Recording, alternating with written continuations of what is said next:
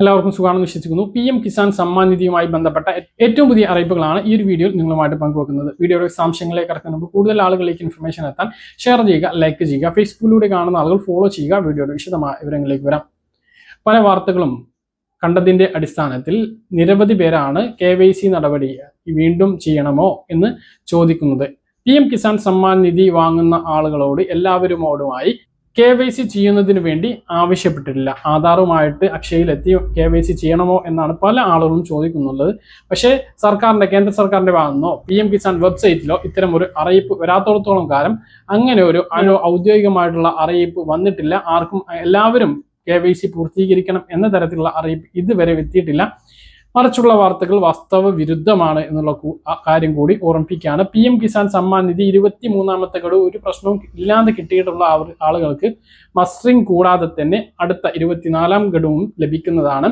24ാമത്തെ ഗഡുവിന്റെ വിതരണം എന്നുണ്ടാകും എന്ന ചോദ്യത്തിനുള്ള കൃത്യമായിട്ടുള്ള അറിയിപ്പ് ഓഗസ്റ്റ്, സെപ്റ്റംബർ, ഒക്ടോബർ, നവംബർ മാസത്തെ തുകയാണ്. ഒക്ടോബർ മാസം അവസാനം അല്ലെങ്കിൽ നവംബർ മാസത്തിൽ ഈ ഒരു PM കിസാൻ സമ്മാൻ നിധിയുടെ 24ാമത്തെ ഗഡുവിന്റെ വിതരണം ഉണ്ടാകും. 5 വർഷം കൂടി PM കിസാൻ സമ്മാൻ നിധി ദീർഘിപ്പിച്ചുകൊണ്ട് കേന്ദ്ര സർക്കാർ അതിനുവേണ്ട ഫണ്ട് ഇപ്പോൾ അനുവദിച്ചതുമായി ബന്ധപ്പെട്ട റിപ്പോർട്ട് വന്നിരുന്നു. അപ്പൊ 5 വർഷം കൂടി തുടർച്ചയായിട്ട് ഈ ഒരു PM കിസാൻ സമ്മാൻ നിധി ലഭിക്കും. പക്ഷെ ഈ ഒരു തുകയിൽ ഒരു വർധനവും ഉണ്ടാകില്ല. ഒരു വർഷത്തിൽ 6000 രൂപ 3 ഗഡുക്കളായിട്ട് തന്നെയായിരിക്കും ഇനി അങ്ങോട്ടും ലഭിക്കുക. അതിനുള്ള ഒരു തുകയാണ് ഇപ്പോൾ വകയിരുത്തിയിട്ടുള്ളത്. ഇനി ലോക്സഭാ ഇലക്ഷനോടനുബന്ധിച്ച് ഇനി എന്ത് മാറ്റം 2029 നടക്കുന്ന ലോക്സഭാ ഇലക്ഷന് മുമ്പ് മറ്റെന്തെങ്കിലും മാറ്റങ്ങൾ കൊണ്ടുവരുമോ എന്നുള്ളത് നമുക്ക് ആകാംക്ഷയോടെ കാത്തിരിക്കാം. അതിനു മുമ്പ് ഒരു മാറ്റവും ഉണ്ടാകില്ല. 3 ഗഡുക്കളായിട്ട് 6000 രൂപ തന്നെയായിരിക്കും PM കിസാൻ സമ്മാൻ നിധിയിൽ വാങ്ങുന്നവർക്ക് ലഭിക്കുക. ഇപ്പോൾ പ്രത്യേകിച്ച് KYC നടപടികൾ ആരും ഒന്നും ചെയ്യേണ്ടതില്ല. നിങ്ങളുടെ സ്റ്റാറ്റസ് പരിശോധിച്ച് നിങ്ങൾക്ക് പ്രത്യേകമായിട്ട് അങ്ങനെ ഒരു അറിയിപ്പ് ലഭിച്ചിട്ടുണ്ടെങ്കിൽ, മെസ്സേജ് വന്നിട്ടുണ്ടെങ്കിൽ, സ്റ്റാറ്റസിൽ അങ്ങനെ കാണിക്കുന്നുണ്ടെങ്കിൽ അവർ മാത്രം KYC അല്ലെങ്കിൽ KYC ചെയ്യുക.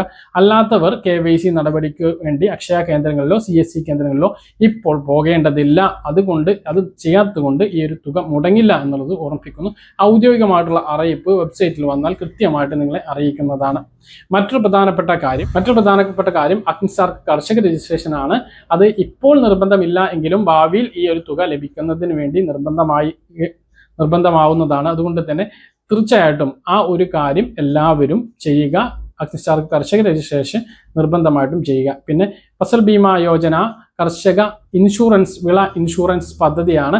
ആ പദ്ധതിയിൽ രജിസ്റ്റർ ചെയ്യാത്ത ആളുകൾ അതിലേക്ക് നിശ്ചിത തുക അടച്ചുകൊണ്ട് ആ ഇൻഷുറൻസ് പദ്ധതിയിൽ ചേരാത്ത ആളുകൾ നിർബന്ധമായിട്ടും ചേരുക. വളരെ ചുരുങ്ങിയ ഒരു 100 രൂപക്ക് താഴെയുള്ള വളരെ ചെറിയ ഒരു തുക മാത്രമാണ് വരുന്നത്.